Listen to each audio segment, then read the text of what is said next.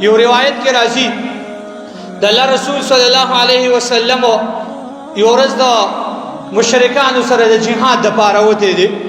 په دې کې جنگ چې دا شروع دی د الله نبی خپل طرف ته خپل ځای ته روان دي، مشرکان خپل ځای ته روان دي.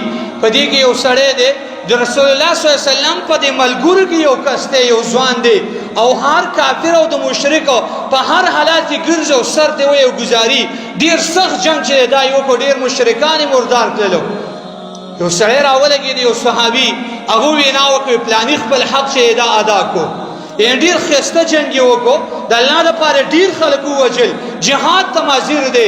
د الله رسول په دغه ټیم کې ویل صلی الله علیه وسلم اما انه من اهل النار، وای دا سړی چې دا د اور والونه دی. یعنی یو طرف ته چې ته ګورې هغه په میدان جهاد کې لګیا دی، د مشرکانو د هغه سرونه چې دی د تن نه ګزاري په سخت جنگ کې دی او ټولو نه سخت جنگ هم دا کوي. بیا هم د الله نبي وایي اما انه من اهل النار، دا سړی چې دی دا خو د اور والونه دی. صحابو ډېر تعجب چې دی دا وکړ. یو سړی راولګي د هغه وایي د الله رسول الله خبره وکړه، وایي زه به دې پسې ورپسې شوم چې ورې دا سړی دا څنګه د اور والی دی. د الله نبي دا خبره وکړه، دا په یو ځای کې نه ودرېدو مګر زه به اوسه ودرېدم، خو دې به منډه کړه، ما به اوسه منډه کوله. زما جنګ ته سوچ نشته، زما ټول سوچ هم دې سړي ته دی چې د الله نبي دا وینا وکړه چې دا سړی دا د اور والا نه دی. یو طرف ته سخت جنگ کوي، بل طرف ته د الله د نبي په ملګرو کې دی، بل طرف ته د الله نبي مولیدو، لیکن بیا هم د الله نبي په هغې باره کې دا خبره وکړه. ولې خاتمې له اعتبار دی، اخره خاتمه به ستا په څه باندې راځي. چې کله د الله رسول الله خبره وکړه، صحابي وایي زه پسې روان یم. چې مې وکتل دا زخمی شو په دې جنگ په حالات کې، ډېر سخت زخم چې دی دا ورته ورسېدلو او ډېر تنګ شو د دې زخم نه راولګېدو. د خپل تورې دا موټی دا یې په ځمکه باندې کېښودو، دا بره طرف تېره طرف یې دا یې بره طرف ته کو او د دې سینې په منځ کې به ورڅملاست او ځان یې مړ کړو. خودکشي چې و دا یې وکړله. هغه صحابي راغی د الله رسول ته وایي د الله رسول ناست دی، ورته وایي اشهد انک رسول الله، وایي زه دا ګوایي ورکوم چې ته د الله رسول یې.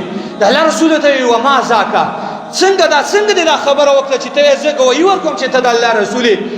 صحابي ورته ټوله کیسه وکړله چې دقه شانتې ډېر زخمي شو، د زخمي کېدو د وجې نه خپله توره باندې چې دا ځان یې ورڅملو کړو، ځان یې موړ کړو.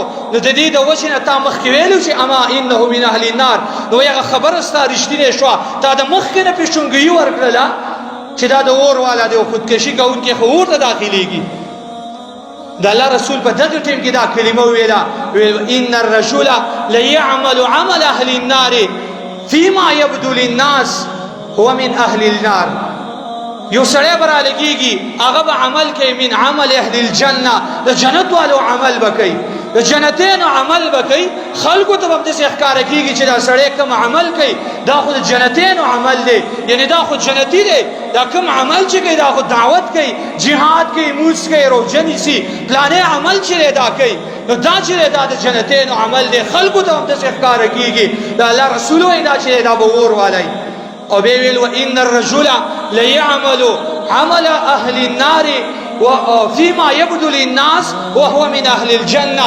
بعضې خلک بعضې سړي به داسې چې هغه به عمل د اور والا به کوي، په ظاهر کې به داسې چې ته به وایې چې دا خو جهنمي دی، دا خو چرسي دی او دم دی، دا خو زناکار دی او شرابي دی، لیکن د هغې عمل به د اور والی. خلک به هم داسې وایي چې دا اور والا دی، لیکن هغه به الله جنتي لیکړی. وجه به دا چې اخره خاتمه به په عمل سره وي. نو ځکه د الله رسول انما الاعمال بالخواتیم، دارومدار د عملونو چې دا به خاتمه سره دی. یو روایت کې داسې راځي د الله رسول فرمایي و یو سړی به داسې عمل د جنتینو به کوي چې د دې او د جنت په مابین کې به یولس فاصله چې د دې مرګ او جنت ته داخلېدل، لیکن په دې باندې به تقدیر لیکل به رامخکې شي، دا به د جهنمینو عمل وکړي او مرګ به پرې راشي، رب العالمین به جهنم ته داخل کړي. یو سړی به داسې چې هغه به ما او تا ته په نظر کې بد عمل ښکاره کېږي، رب العالمین به جنتي لیکلی، د دې او د اور په منځ کې به یولس فاصله د دې مرګ او اور ته داخلېدل، لیکن کله به تقدیر به پرې رامخکې شي، رب العالمین به جنتي لیکلی. نو چې کله دغه د مرګ ټیم راځي دا به یو داسې عمل وکړي چې رب العالمین به جنت ته داخل کړي. د دې د وجې نه د خپلې خاتمې